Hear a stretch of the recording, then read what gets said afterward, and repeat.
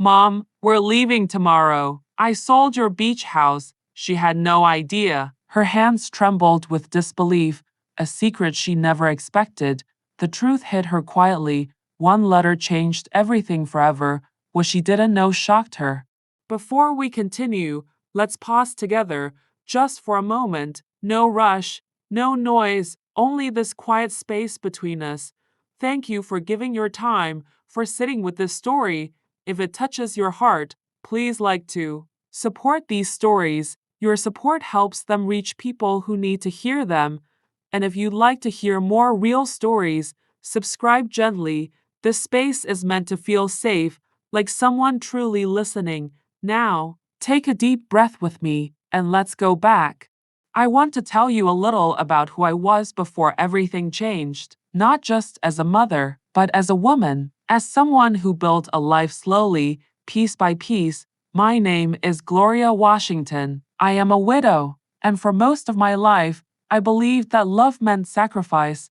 I married my husband, Samuel, when I was young. We didn't have much money, but we had patience, and we had each other. Samuel was a quiet man. He didn't speak loudly, but when he spoke, people listened. He worked hard, long days, sometimes to jobs. I stayed home when our daughter was small. Later, I worked too, whatever was needed. We didn't complain. When Aisha was born, my world became smaller and brighter at the same time. Smaller because everything began to revolve around her. Brighter because love does that. She was curious, always asking questions, always dreaming bigger than the room she was in. Samuel adored her. He used to carry her on his shoulders at the beach house. That house meant something to us. It wasn't luxury. It was memory. We bought it years ago, saved slowly, skipped vacations, said no to many things. That beach house was where Samuel taught Aisha how to swim, where she learned to ride a bike, where we spread old blankets and ate sandwiches with sand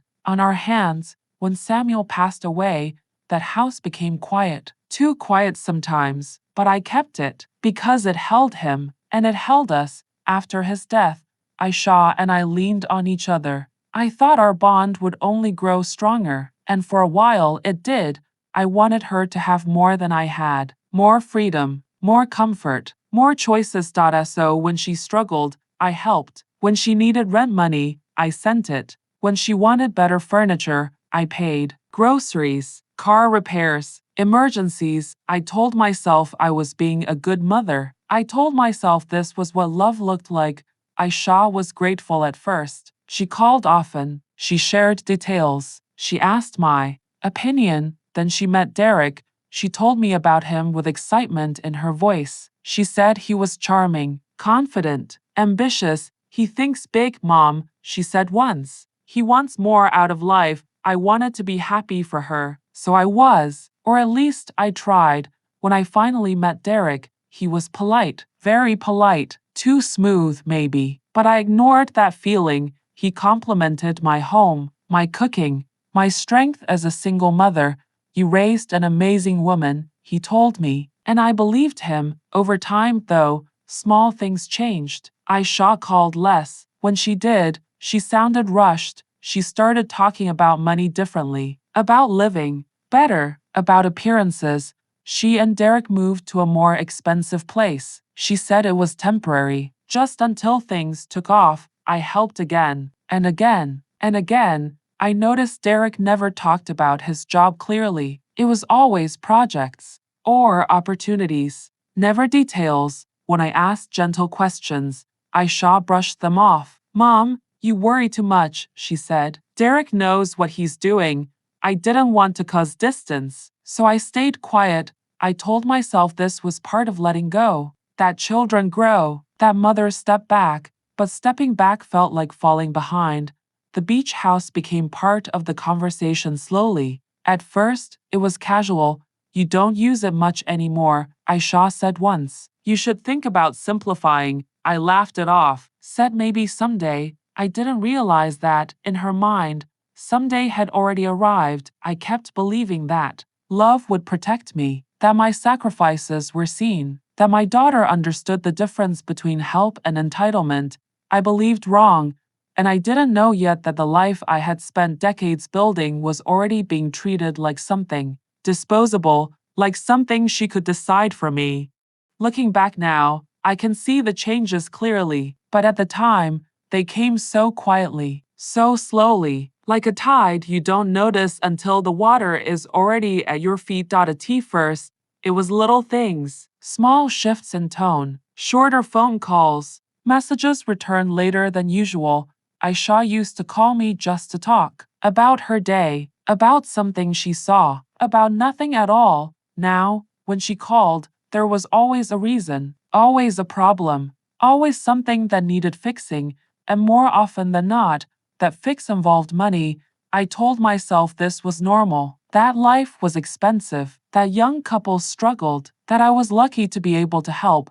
But something else was changing too. The warmth was fading. When I offered advice, Aisha grew impatient. When I asked questions, she sounded defensive. When I expressed concern, she said I was overreacting. Mom, you don't understand how things work now, she said once. The world is different. Those words stayed with me because they felt less like an explanation and more like a wall being built between us. I noticed Derek's presence growing stronger in her voice. She started using phrases that didn't sound like her, talking about status, about image, about what people deserved. Whenever I asked about his work, the answers were vague. But if I asked about expenses, there was always urgency. One month it was rent, another month it was a business delay, another month it was an unexpected bill. I sent money quietly, without announcing it, without asking for gratitude. I told myself I was protecting my child, that I was easing her stress, that this was what good mothers did. But slowly, I began to feel like an ATM instead of a person. Visits became rare. When they did come over, Derek talked more than he listened. He spoke about plans, big plans. Travel, investments, a better lifestyle. He talked as if these things were already promised, as if money was something that would always appear when needed.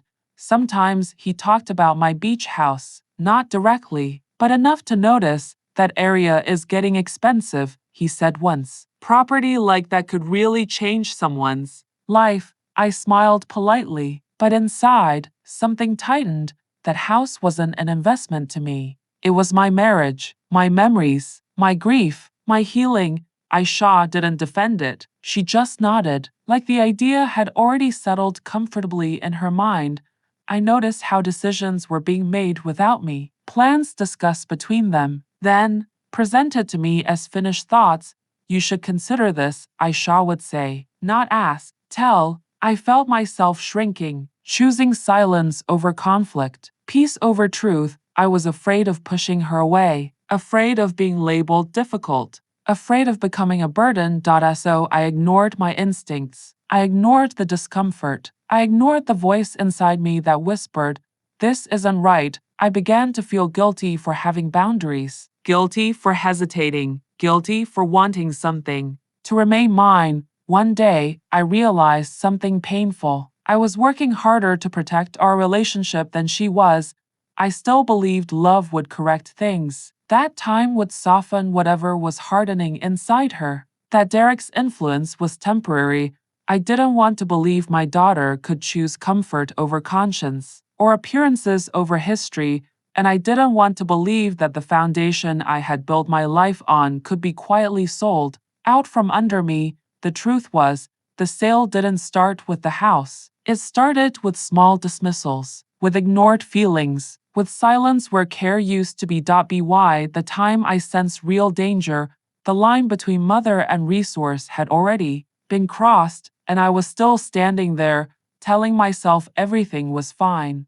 The moment that changed everything did not come with shouting. It did not come with anger. It came quietly, almost casually. Aisha called me one afternoon. Her voice sounded cheerful, too cheerful. "Mom," she said, "we're leaving tomorrow." I remember pausing, not because I didn't hear her, but because something in her tone made my stomach tighten. "Leaving where?" I asked. There was a short silence. Then she said it, "We're moving." I sold the beach house. For a moment, my mind went blank, not confused, empty. I didn't understand the words together. Sold, beach house. I laughed softly, not because it was funny, but because my body didn't know how else to respond. What do you mean? I asked. You sold it? Yes, Mom, she said, like she was explaining something obvious. We needed the money. I sat down slowly. My legs felt weak. You sold my house? I asked again, just to hear it clearly. Derek's voice came onto the line then, confident, calm. It was the smart move, he said. We're building a future. I felt something drop inside me. Not anger, not even shock, grief. That house was not just property. It was my marriage, my memories, my late husband's laughter. You didn't ask me, I said quietly. There was another pause. Then Aisha spoke again. We didn't think you'd understand, she said. And honestly, Mom, you don't really need it anymore. Those words hurt more than the sale itself.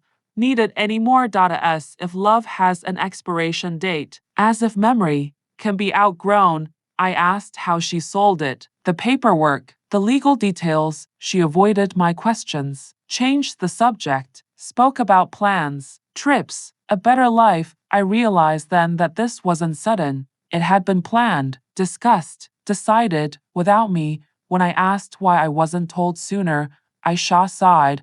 We didn't want drama, she said, and only special people were involved in the decision. Special people. I swallowed hard, because I understood what she meant. I was not one of them. I hung up the phone after that, not dramatically, just quietly. I sat there for a long time, listening to the clock, feeling the weight of years pressed down on my chest. I had paid their rent, their bills, their groceries, their emergencies, and when I finally said no to one thing that mattered, they took it anyway. The next morning, I drove to the beach house. I didn't know what I expected. Maybe proof it was still mine. Maybe goodbye. The doors were locked. New locks. I stood there staring at them, feeling like a stranger in my own life. Later that day, Aisha came to my home. Not alone. She brought Derek, and a man I didn't recognize. This is our lawyer, Derek said casually. I didn't invite them in. They stepped in anyway. They sat at my table like they belonged there. Like I was the guest. The lawyer spoke, gently, too gently. He talked about guardianship, about managing finances, about concern for my well-being. I felt my heart pound. Are you saying I can't take care of myself? I asked. Aisha looked down. Derek answered, we're just worried. He said, you've been emotional lately. Emotional.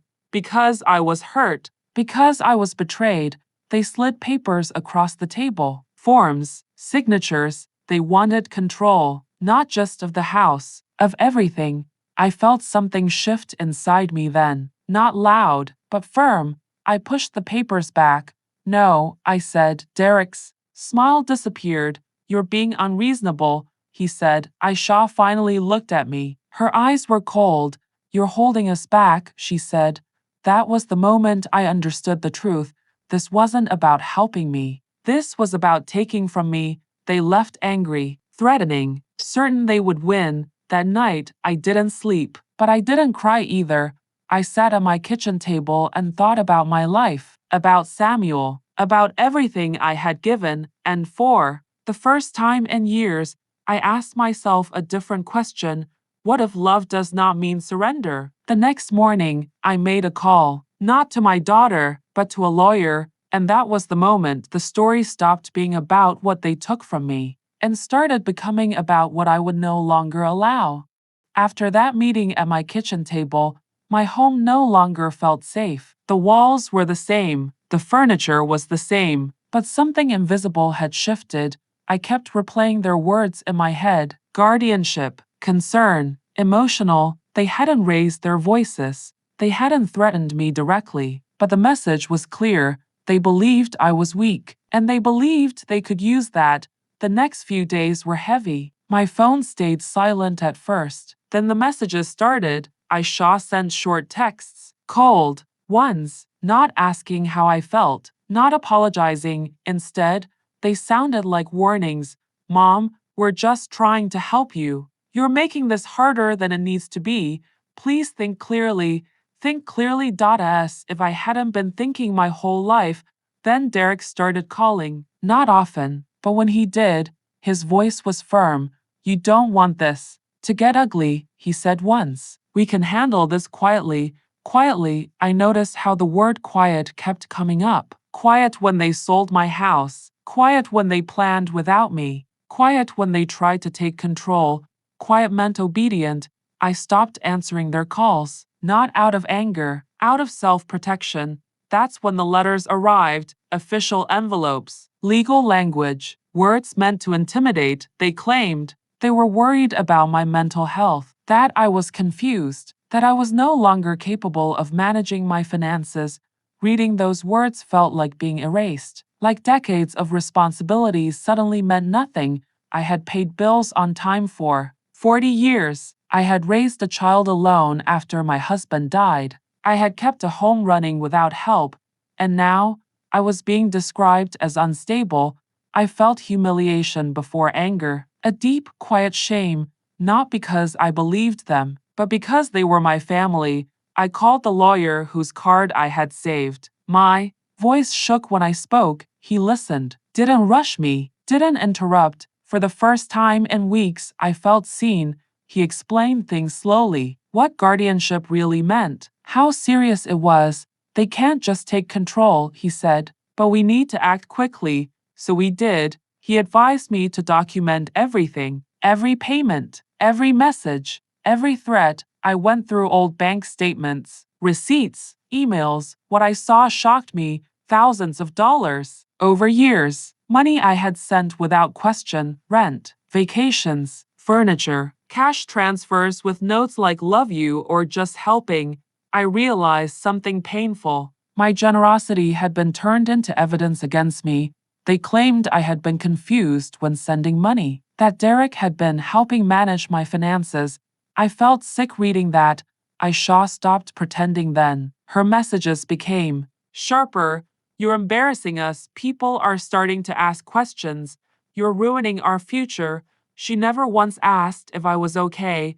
Then came the day they showed up again. Unannounced. This time, I didn't let them in. They stood on my porch. Derek talking. Aisha silent. He said they were worried about me living alone, that maybe it was time for me to move somewhere safer. I knew what he meant. Somewhere controlled. I told them to leave. Aisha finally spoke. You're being selfish, she said. After everything we've done for you. I almost laughed. Everything they had done for me. They left angry again. But this time, I didn't feel small. I felt steady. The court date came faster than I expected. I was nervous, not because I doubted myself, but because standing up to your own child takes a different kind of strength. Before the hearing, my lawyer suggested something important, an independent evaluation. To remove any doubt, he said. I agreed.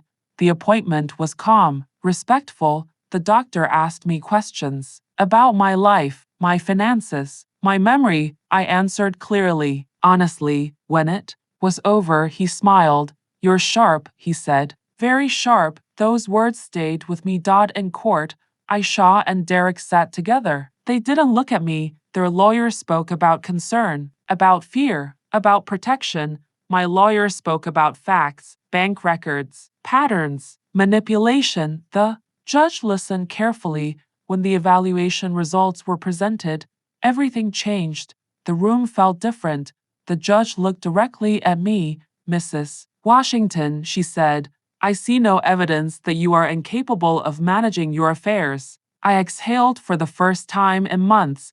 She denied the guardianship request. Firmly, she spoke about boundaries, about elder financial abuse. Aisha's face went pale. Derek stared straight ahead. I didn't feel victory. I felt relief. After court, Aisha tried to speak to me, tears in her eyes, but they weren't tears of understanding. They were tears of loss, loss of access, loss of control. I told her I needed space, and for the first time in my life, I didn't feel guilty saying it. I went home alone that day, but I didn't feel lonely. I felt free because I had learned something important. Love does not require surrender. And protecting yourself is not betrayal. It is survival. And sometimes, the hardest people to stand up to are the ones who taught you how to love. After the court ruling, the world did not suddenly become peaceful, but it became clearer. For the first time in a long while, the noise around me faded, the threats stopped, the letters stopped, the pressure paused. Aisha did not call. Derek did not send messages, and I finally had space to breathe. At first, the silence felt strange. I had spent so many years reacting, fixing, explaining. Now there was nothing to fix. I began to notice how tired I was, not just physically, but emotionally. I slept longer, moved slower, let myself rest without guilt. Friends checked on me. Neighbors stopped by with food. People I hadn't leaned on before showed up quietly. One afternoon, my neighbor, Mrs. Lewis, sat with me on the porch. She held my hand and said, "You did the right thing." I hadn't realized how much I needed to hear that. Weeks passed, and then small pieces of the truth began to find their way to me. It started with a phone call from an old friend of Aisha's, someone she had known before Derek. She sounded hesitant. "I don't know if I should be telling you this," she said, "but I think you deserve to know." She told me Derek wasn't who he said he was, that his business stories never lined up, that people from his past had tried to warn Aisha. I listened quietly, not surprised, just sad. Then came the letter. It arrived one morning in a plain envelope, no return address. Inside was a short message and a photocopy of a foreign court document.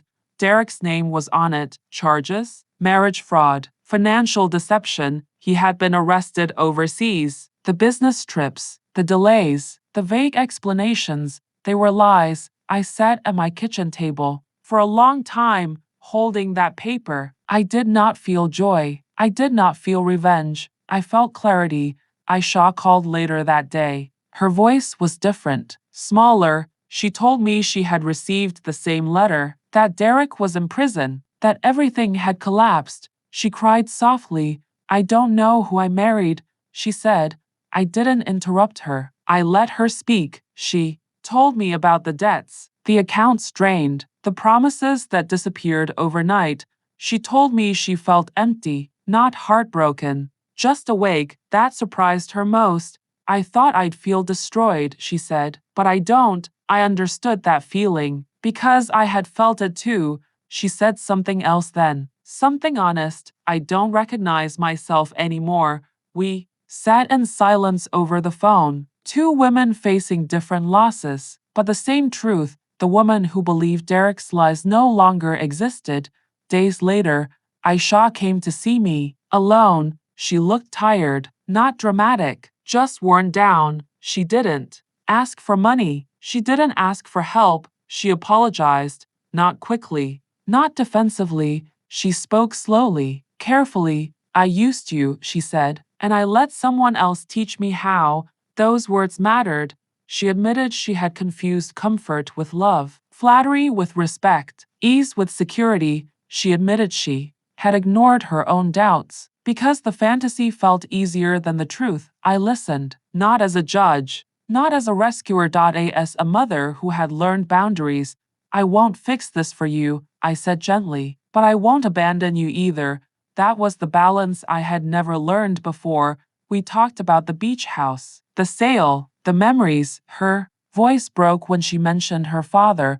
"I turned our life into numbers," she said, "and I don't know why. I did. Pain makes people reach for escape." And Derek had offered her one wrapped in charm.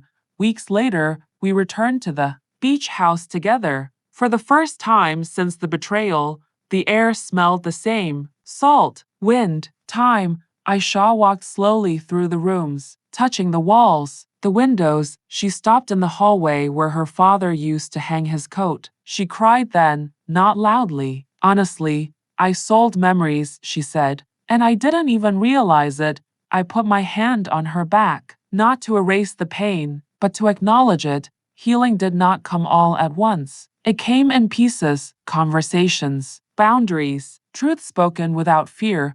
We were no longer tied together by money or obligation. We were learning how to choose each other again, and that made all the difference. Healing did not arrive as a sudden moment. It came slowly, quietly, like morning light entering a room one thin line at a time. After everything that happened, Aisha and I did not rush back into each other's lives. We didn't pretend things were normal. We didn't fill the silence with forced smiles. We let space do its work.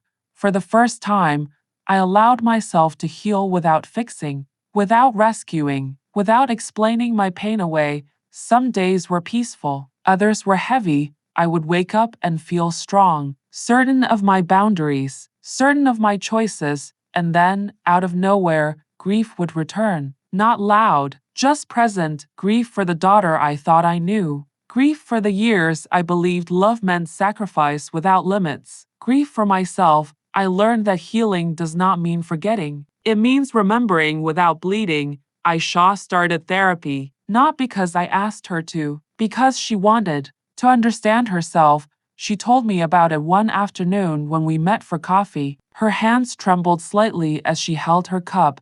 I don't want to repeat this, she said. I don't want to become someone who hurts people and calls it love. I believed her, not because she said the right words, but because she wasn't asking for anything. No money, no forgiveness on demand, no shortcuts, just honesty. We began meeting once a week, neutral places, coffee shops, parks. We talked about simple things at first, books, weather, small memories. Then, slowly, the harder conversations found their way in. She asked me one day, "Why didn't you stop me sooner?" The question surprised me. I didn't know how. I said, "I thought love meant trusting you." She nodded. "I thought love meant you would always catch me." We sat with that truth together. Neither of us was wrong. We were just unfinished. I learned something important during those weeks. Boundaries don't push people away. They show people where love can safely exist. At home, I started reclaiming my life, not dramatically, gently. I sold things I no longer needed, cleared out rooms that carried heavy memories. I painted the walls a soft color, opened the windows more often. I cooked meals for myself again, not rushed ones, careful ones. I traveled for the first time alone, just a short trip, but it mattered. I realized how long it had been since I made choices without explaining them. Aisha noticed the change. "You seem lighter," she said once. "I am," I replied. "And I'm not giving that up." She respected that, and that told me everything. Months passed. Derek faded into the past, not because we ignored him, but because he no longer mattered. The fantasy he built collapsed completely, and Aisha saw it clearly now. She stopped blaming herself every day, stopped replaying every moment. Instead, she focused on rebuilding her sense of self. Who she was before charm rewrote her instincts. One evening, she came to me with an idea. She was nervous, careful. "I've been thinking about the beach house," she said. My chest tightened at first, but I stayed open. "I don't want it to be just ours again," she continued. "I want it to mean something more." She told me about a shelter program she had been volunteering with, women escaping abuse, women who needed safety. "I thought," she said softly, "what if the house became a place like that?" I felt my breath catch. That house had been built with love, with patience, with hope. Samuel would have loved that idea. I didn't answer right away. I needed time. Later that night, I stood alone in the beach house living room. The moonlight filled the space. I imagined voices again, not laughter, but healing. I said yes, not as forgiveness, but as purpose. Together, we worked on it. Slowly, respectfully. Aisha did most of the labor, not because I demanded it, but because she needed to earn something honestly. I watched her grow, not into perfection, but into responsibility. We argued, sometimes, but we listened more. We learned how to speak without controlling, how to disagree without punishing. The house opened quietly. No announcements, no praise, just doors unlocked for women who needed rest.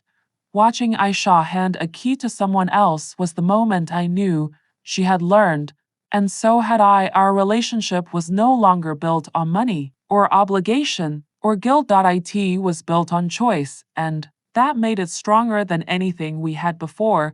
Healing, I realized, is not about going back. It's about moving forward with your eyes open, and for the first time in many years, I felt peaceful, not because everything was perfect, but because it was honest. By the time the beach house opened its doors to others, something inside me had settled, not disappeared, not forgotten, but settled. Pain no longer arrived as a sharp shock. It came like a quiet memory, present but no longer in control. I noticed the change in small moments. I no longer jumped when my phone rang. I no longer felt the need to explain myself to silence. I had stopped waiting for apologies. That surprised me the most. For so long, I believed closure would come from words spoken by others, an apology, an admission, a moment where someone finally understood what they had done. But closure did not arrive that way. It arrived the morning I woke up and felt calm, not happy, just calm. I sat at the kitchen table with my coffee and realized I wasn't replaying the past. I wasn't rehearsing conversations. I wasn't carrying imaginary arguments in my head. I was just there. Aisha noticed it too. You don't look tired anymore, she said one afternoon. I stopped fighting ghosts. I told her. She nodded slowly. She understood that feeling now. We talked openly about what had happened, not to relive it, but to place it where it belonged.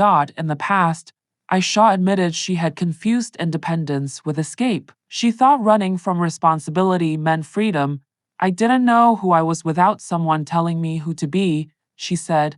I understood that more than she realized. I had spent years defining myself through care, through giving, through holding things together. Letting go of that identity had been frightening, but also necessary. I learned that being needed is not the same as being loved, and I shall learn that being admired is not the same as being respected. We were both unlearning things at the same time. One evening, we sat on the porch of the beach house. The sun was setting slowly, the kind of sunset that doesn't rush. She asked me something I didn't expect. Do you still love me the same? I thought carefully before answering. I love you differently, I said. Healthier. She smiled through tears. That's what I want too. That was the moment I knew we had reached something real, not forgiveness that erased the past, but forgiveness that acknowledged it without letting it rule us. Life continued to move forward, quietly, steadily. I traveled more, not far, but intentionally. I joined a book club, started walking every morning again. I allowed myself small joys without guilt. Aisha rebuilt her life from the ground up. New job, new routines. She paid her own bills, felt the weight of responsibility. It humbled her, but it also strengthened her. We celebrated small victories together, not extravagantly, but sincerely. A good week, a peaceful conversation, a shared laugh. We talked about Samuel more openly, his kindness, his patience. One day, Aisha said something that stayed with me.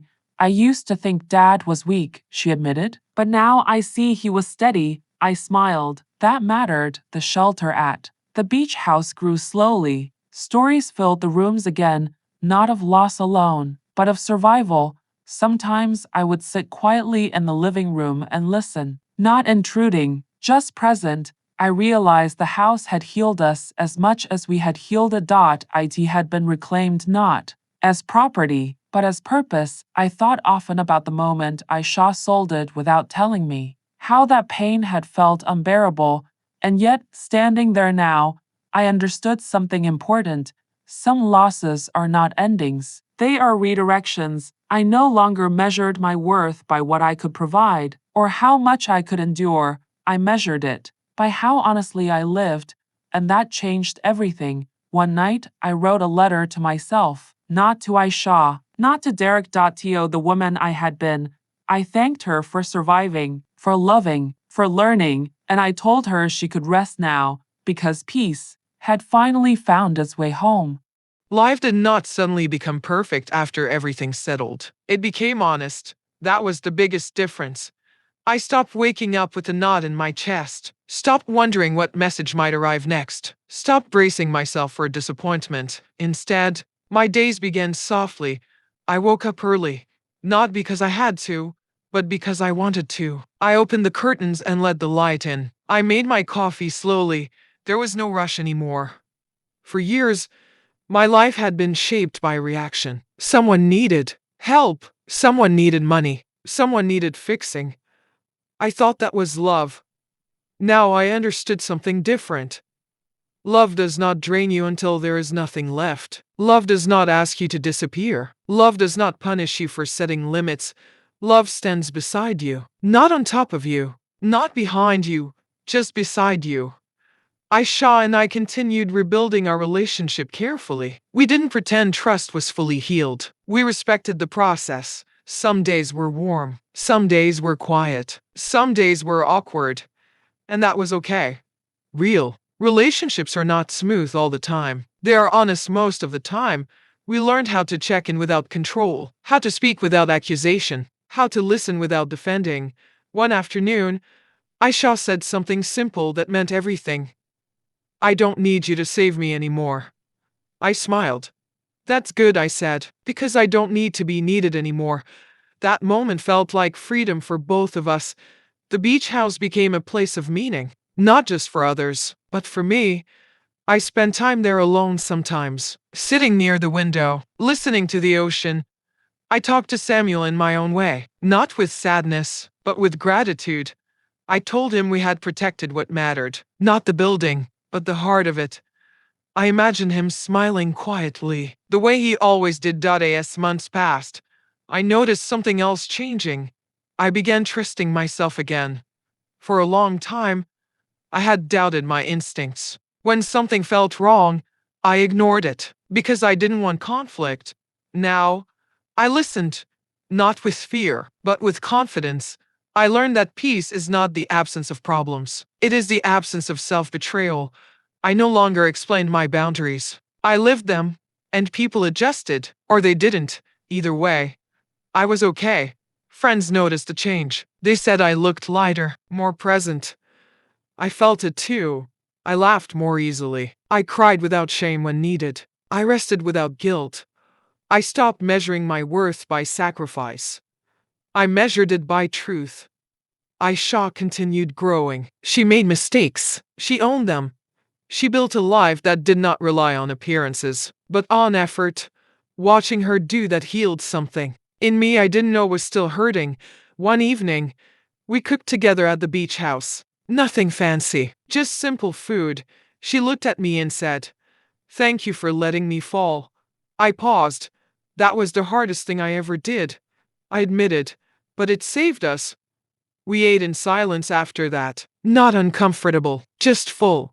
I thought about how many women live trapped in guilt. Guilt for saying no, guilt for choosing themselves. I wished I could tell them something, so I'm saying it now. You are not cruel for protecting your peace. You are not selfish for setting limits. You are not wrong for choosing dignity over chaos. Sometimes love looks like stepping back. Sometimes it looks like letting go. Sometimes it looks like trusting that people must face their own lessons. And sometimes the bravest thing you can do is stop paying the price for someone else's choices. If I could speak to the woman I was years ago, I would hold her hands and say this: you are allowed to change. You are allowed to grow. You are allowed to choose yourself. Life does not end when you stop giving everything away. That is when it finally begins. Today, my life is quiet, not empty, full in a different way, full of meaning, full of respect, full of peace. And that is more than I ever thought I deserved. Justice did not arrive the way I once imagined it would. There was no dramatic moment, no shouting, no public apology. It arrived quietly, in small confirmations, in the steady return of my own confidence. For a long time, I thought justice meant someone admitting they were wrong. I thought it meant being seen, being validated. But life taught me something different. Justice is not always about someone else being punished. Sometimes, it is about you no longer being available to be hurt. After everything settled, there were still moments when the past tried to return. A memory, a familiar tone in someone's voice, a request that felt like pressure. But now, I recognized it, and I chose differently. I noticed how calm my body stayed when I said no. No racing heart, no shaking hands, just clarity. That was justice. Aisha faced her own form of justice too, not in a courtroom, but in reality.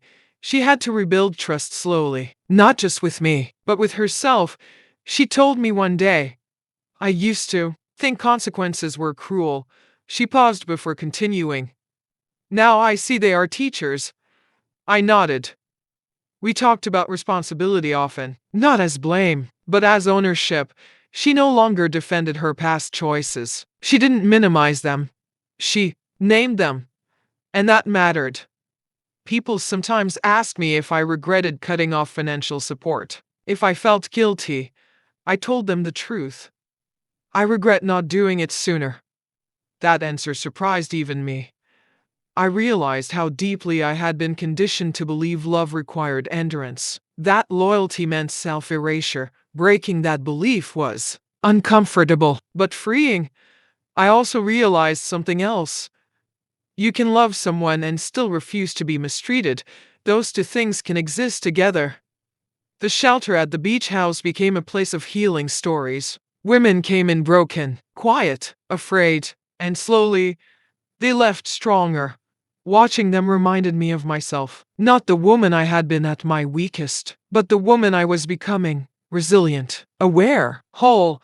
Sometimes I would sit with them and listen, not as advice, just presence. I learned that justice often looks like restoration, not revenge, restoring dignity, restoring safety, restoring choice. I also learned that forgiveness is personal, not mandatory. I did not forgive to make others comfortable. I forgave to release myself, and some days, forgiveness looked like distance. That was okay too. One afternoon, Aisha asked me something softly. Do you think I deserve a second chance? I didn't answer right away. Everyone deserves a chance to grow, I said, but no one is owed access. She accepted that, and that acceptance told me she had truly changed. I stopped trying to make the past make sense. Not everything needs understanding. Some things only need boundaries. And with those boundaries came peace. I felt proud of myself, not for winning anything, but for choosing myself, for not shrinking anymore.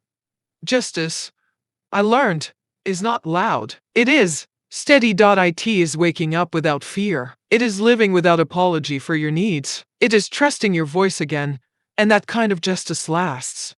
As I look back now, the story feels different than it once did. Not lighter, just clearer. Time has a way of softening sharp edges, not by erasing pain, but by giving it meaning. I no longer ask myself why things happened the way they did. I ask what they taught me. They taught me that love without respect slowly becomes harm, that generosity without boundaries becomes obligation, and that silence, when used to keep peace, can cost you your voice. For many years, I believed my role was to hold everything together, to fix, to protect, to provide. I thought that was what made me valuable. Now I understand something gentler. My worth was never tied to how much I gave. It was always there, waiting. I learned that family is not defined by blood alone. It is defined by care, by honesty, by mutual respect. Sometimes the people we love the most are the ones who teach us the hardest lessons. Not because they mean to hurt us, but because they are still learning who they are. Letting go does not mean you stop loving. It means you stop losing yourself. If you are listening to this and recognizing parts of your own life, I want you to hear this clearly. You are allowed to change. You are allowed to protect your peace. You are allowed to say no without explaining yourself. You do not owe anyone your silence. Healing does not arrive all at once. It comes quietly, in small decisions, in moments of self-trust, and one day, you realize you are no longer surviving. You are living. The beach house still stands, not as a reminder of betrayal, but as a symbol of renewal. It holds laughter again, honest conversations, safe beginnings, and every time I walk through its doors, I feel something steady inside me. Gratitude. Not for what I lost, but for what I found. my voice, my strength, my peace. This story did not end with revenge. It ended with growth. And that, I believe, is the truest form of justice. Before we part, I want to thank you for staying with this story, for listening quietly, for holding space for it. If this story touched something in you, if it reminded you that your feelings matter, please consider liking this video. It helps. These quiet stories reach others who may need them. And if you would like to hear more real, gentle stories about life, family, and healing, you're welcome to subscribe. No pressure, just an open door. Take care of your heart, be kind to yourself, and remember you are allowed to choose peace. Until next time.